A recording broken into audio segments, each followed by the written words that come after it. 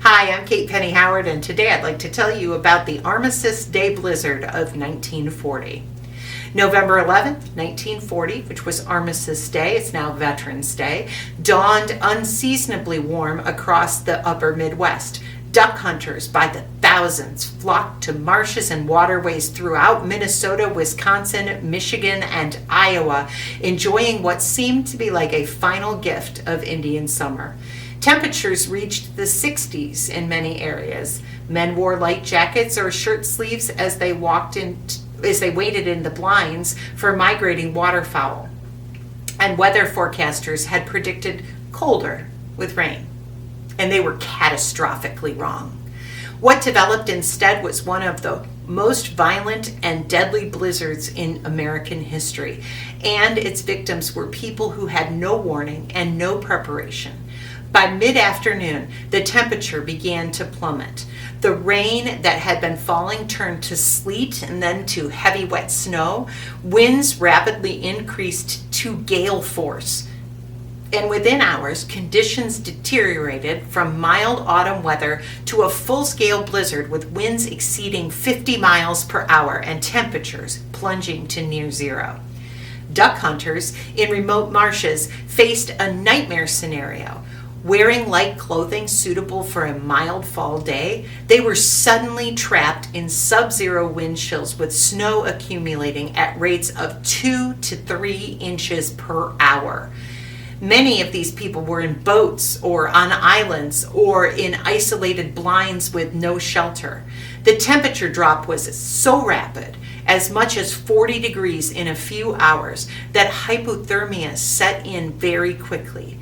Men who tried to make it back to shore became disoriented in the whiteout conditions, and boats capsized in waves that were whipped up by the fierce winds.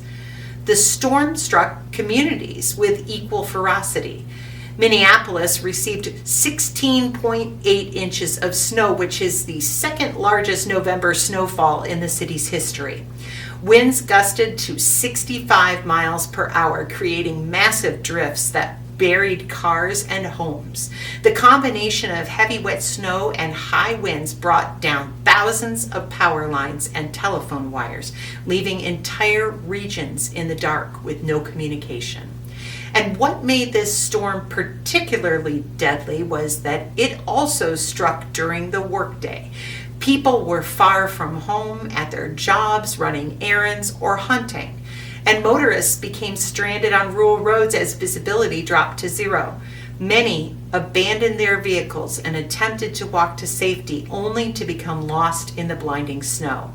Some froze to death within feet of buildings that they couldn't see. On the Mississippi River, dozens of boats were caught by the storm. The Armistice Day Blizzard sank or damaged numerous vessels, including at least 5 boats on the Mississippi River alone. The excursion boat that was carrying passengers near Wabasha, Minnesota, ran aground, and some passengers and crew drowned or froze trying to reach the shore. The stories of survival and tragedy were heartbreaking. In Watkins, Minnesota, a farmer froze to death just 75 feet from his own barn. And near Anoka, Minnesota, 3 duck hunters died of exposure in their boat despite being only a quarter mile from shore. In Shockton, Wisconsin, a man died trying to walk the 200 yards between his car and his house. And a rural mail carrier in Iowa was found frozen to death in his vehicle. The death toll was staggering. 154 people died across Minnesota, Wisconsin, Michigan, and Illinois. Minnesota alone lost 49 people, with many of them being duck hunters. Wisconsin counted 66 deaths. And again, the actual number might have been higher, as some bodies weren't discovered until spring when the snow melted. Beyond the human toll, the agricultural impact was severe. Thousands of cattle and other livestock died of exposure, and entire poultry flocks perished. Fruit orchards in southern Minnesota and Wisconsin lost years of growth when ice and snow stripped the branches from the trees. The estimated economic loss exceeded $5 million. which is over $100 million in today's money. The meteorological failure was profound. The U.S. Weather Bureau had not recognized the signs of the rapidly intensing storm system. Weather forecasters in 1940 lacked the satellite imagery, radar, and computer models that modern meteorologists rely on. They couldn't see the storm that developed over the data-sparse area of the Western Plains, and the Bureau's reputation suffered badly. But the disaster led to calls for improved weather observation networks and forecasting capabilities.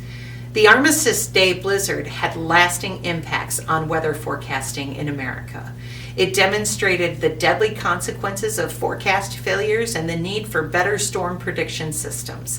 The tragedy also led to changes in how hunters prepared for trips, with greater emphasis on checking the weather forecast and carrying emergency supplies even on mild-seeming days.